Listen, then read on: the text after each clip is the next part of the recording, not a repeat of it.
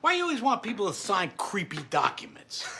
Well, Frank, once something's in writing, that means it's set in stone. Then no one can do anything to stop me. When do you want me to serve the squash and the beef?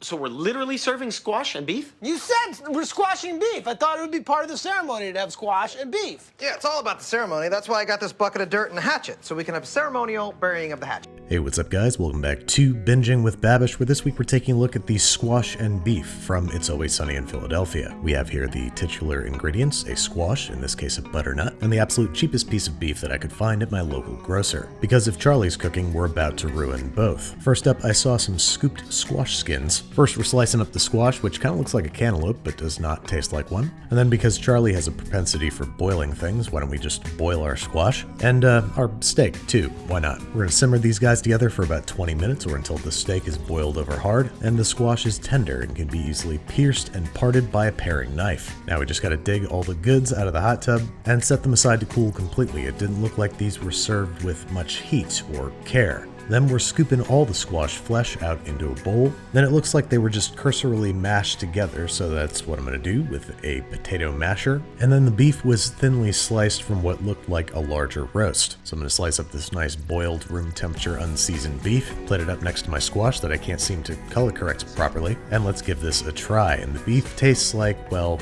not quite beef, as beef without seasoning or Maillard reaction tends to taste. And the squash tastes like some plain old mashed up squash. As is so often the case with It's Always Sunny, I think we can do a whole lot better. Let's start by sauteing one roughly chopped onion in a shallow Dutch oven for about 3 minutes or until lightly caramelized. Grate in a small knob of ginger, 1 clove of garlic, add 1 teaspoon fermented chili paste, 1 tablespoon 5 spice powder, preferably toasted, hand ground, and sifted, because sometimes extra fussy tastes extra good. Saute those together for about 30 seconds or until fragrant, and then deglaze with 1.5 cups of dry red wine. Scrape up all that good stuff off the bottom of the pot, add 1.5 cups of homemade chicken stock, then we're adding 2 tablespoons of brown sugar, 1/3 of a cup each, soy sauce, and Worcestershire sauce, mix together, and then bring this guy up to a simmer. Once bubbling, we're finally adding our beef, in this case 4 nice meaty short ribs that we've salted and let rest at room temperature for half an hour before adding. Add enough water so that the liquid comes most of the way up the sides of the short ribs, and drop this guy into a 325°F oven for 2.5 to 3 hours, flipping the short ribs halfway through. Plenty of time to contend with our squash, which we're going to cut in half, scoop out the seeds, score if desired. Don't know if this does anything, but it feels like the professional thing to do. Then rub these guys down with a little bit of vegetable oil, some kosher salt, and some freshly ground black pepper, making sure to rub it into all the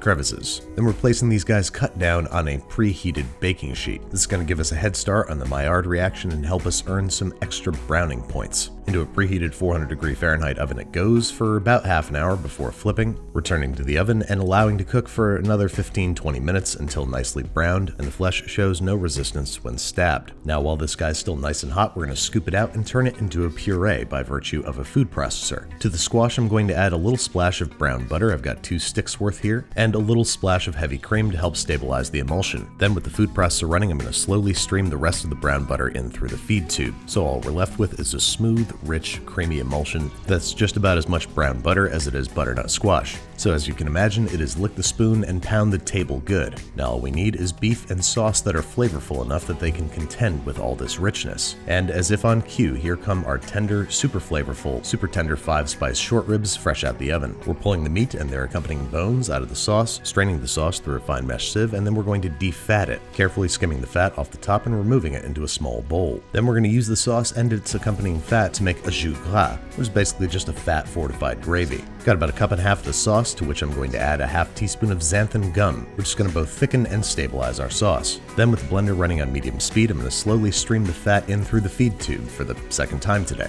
And as you can imagine, this is lick the spoon and allow your knees to buckle kind of tasty. Thank you to Chef Steps for recently highlighting this method. So now, as is tradition with Charlie dishes, I'm going to attempt a chefy plating. And as is tradition, I'm going to not do such a great job. Drop our meaty short rib down into the middle of our ethereal butternut squash puree, drizzle with jus gras. Then this needs some color. How about some pea shoot microgreens just for the hell of it? Then let's dig in and see how it tastes. Is this one of my prettiest dishes? No. Is this one I really wish you could reach through the screen and try? Yes.